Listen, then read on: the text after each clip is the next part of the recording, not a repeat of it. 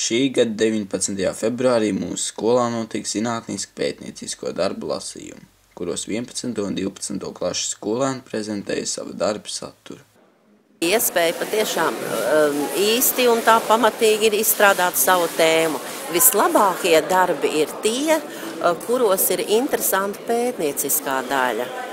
Te jau mēs daudz arī tādus pamanījām, kur skolēni praktiski veikuši pētījumu, piemēram, par tām zālēm, kuras viņi tur ir pētījuši, kā viņas tā zāles tur šķīst un cik viņas ir kaitīgas cilvēku veselībai.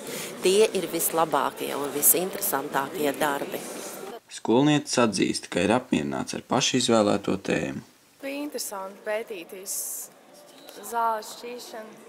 Es rakstīju vārdu par 2012. gada Liepājas populārākajiem personvārdiem, un man bija interesanti uzzināt par sava vārda izcelsmi un nozīmi, un arī par citu vārdiem.